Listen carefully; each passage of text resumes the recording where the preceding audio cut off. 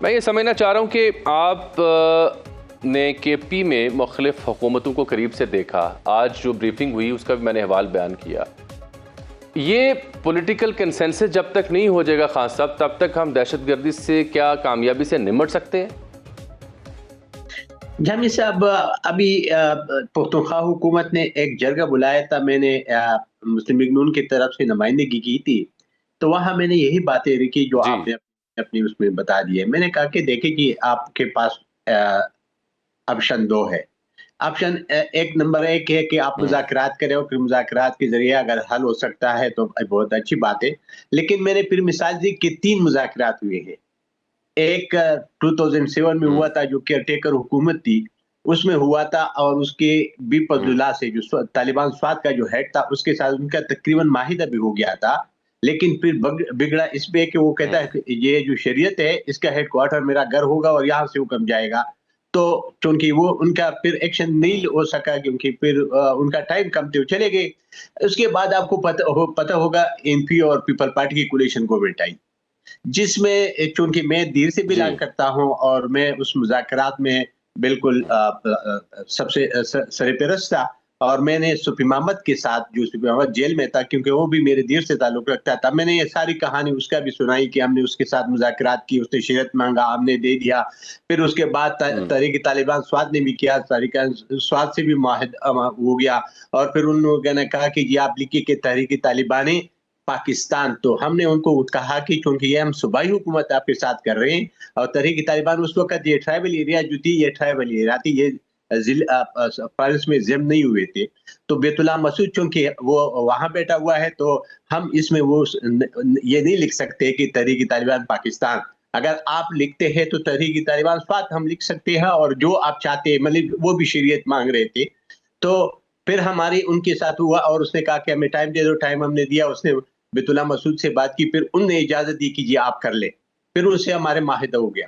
اس معاہدہ کی چلتی ہوئی جب ایسا ہوا کہ ہم گئے، میں آ گیا اسلام آباد، تو مجھے چیف منسٹر صاحب نے ٹیلی فون کیا، حیدر ہوتی صاحب تھی، انہوں نے کہا کہ آپ نے تو سپی محمد صاحب کو رہا کروایا تھا، اور یہ وعدہ انہوں نے کیا تھا، بلکہ ایک ایگریمنٹ ہمارا اس کے ساتھ کہ وہ دھرنا بھی نہیں دے گا، سرکاری املاک کو نقصان بھی نہیں پہنچائے گا، اور وہ روڈ بھی بلاک نہیں کرے گا. اس نے تو دھرنا دے دیا.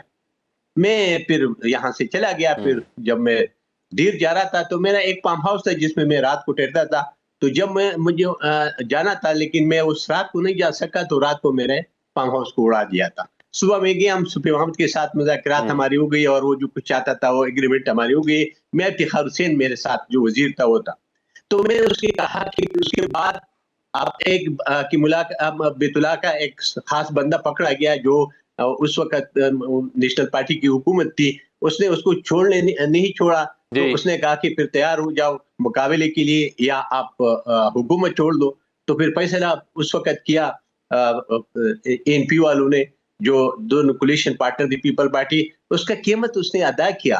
لیکن اس کے کیونکہ میرے بھی حجرے پہ اٹیکس ہوئے، میں افتخار کا بھی بیٹا، یہ سب ہوا، لیکن ہم نے کہا کہ ہم سرنڈر نہیں ہوں گے اور ہم اپنا حکومت کریں گے. ہمارا معاہدہ ٹوٹ گیا. کیوں ٹوٹا؟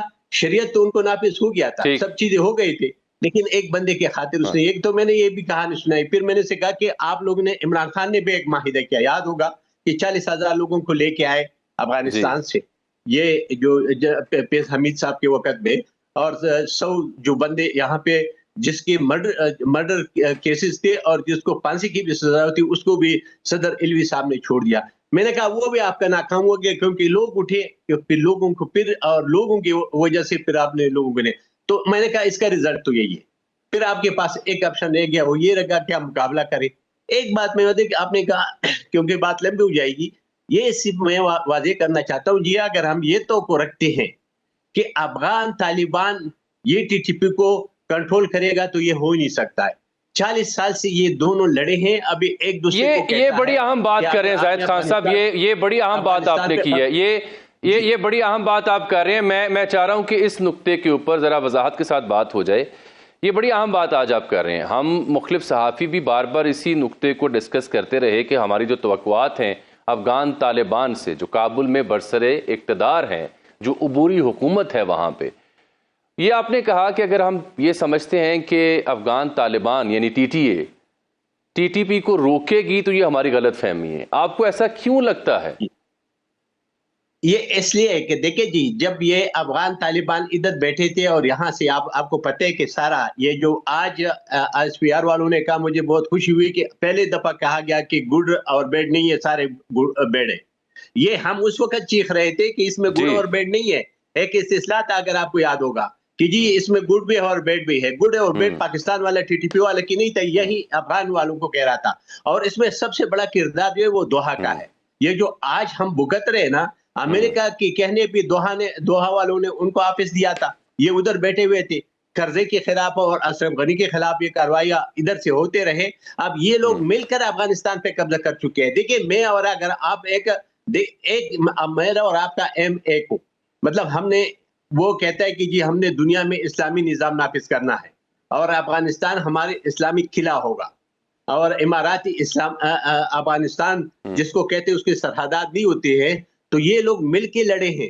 انہیں بندوق کے ذریعے جو افغانستان میں TTP جو تحریک طالبان افغانستان بیٹھی ہوئی، یہ ان کی ساتھ مل کر یہ لڑائی لڑی ہے. یہ فتح انہوں نے اکٹھے حاصل کیا ہے. اب کس شرط میں وہ ان کو کہیں گے کہ بھئی آپ بندوق کر کے، یہ کہہ نہیں سکتے. اور یہ جتنا مذاکرات کرے یہ کامیاب نہیں ہوں گے.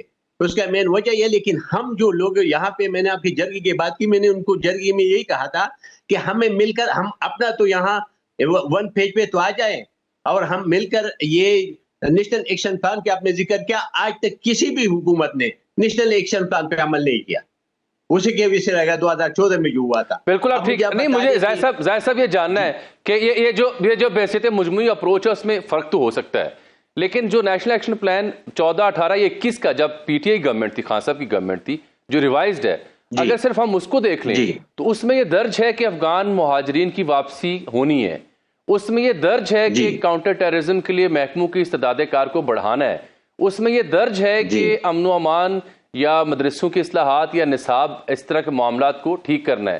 تو یہ چلے بارڈر کے اوپر تو سیکیورٹی فورسز آ گئے، چلے اس میں قربانی دینے کی حد تک تو آ گئے، لیکن جو سیاسی طور پر، انتظامی طور پر کام کرنے کے تھے وہ تو سیاسی حکومتوں کا کام ہے نا جی. تو سیاسی حکومتیں کیا دو بڑے صوبوں، میری مراد KP بالخصوص اور بلوچستان، سیاسی حکومتیں کیا نیشنل ایکشن پلان پر عمل درآمد میں کامیاب ہوئی نہیں ہوئی؟ تو اس کی وجہ کیا ہے؟ میں آپ کو یہ کہہ دوں کہ یہ جتنے بھی سول حکومتی تھی، کوئی بھی مخلص نہیں تھا نیشنل ایکشن پلان پہ. صرف معاہدہ کیا گیا، لیکن کسی نے بھی کام نہیں کیا. آج تک چاہے فیڈرل سے رہ کر پروونسز تک جائے تو کسی بھی سول گورنمنٹ نے اس پہ عمل درآمد نہیں کیا، کیونکہ ذمہ داری تو سول گورنمنٹ کی تھی. فوج کی تو آپ کو جہاں ضرورت فوج کی ہوتی ہے وہاں پہ آپ نے بلانا ہے. جس طرح ہم نے سوات میں بلایا تھا، جس وقت ہم نے آپریشن شروع کیا تھا. میں یہ جو ہمارا ابھی چیف منسٹر ہے پختونخوا کا، وہ ان سے ناراض ہے کہ جی یہ بند کمروں میں پیسے لے کرتے. تو میں نے کہا کہ جناب FX کمیٹی ہوتی ہے، اس میں ہم جا کے بیٹھتے تھے اور وہ ہمیں جو اعتراضات تھے ہم اس کے سامنے رکھتے کہ یہ آپ غلط کر رہے، یہ نہیں کرنا، یہ غلط ہے، اور وہ اسی پہ عمل ہوتا تھا. تو ٹھیک ٹھاک ایک چیز چل رہا تھا. ہم اس وقت ایک پیج پہ نہیں ہے.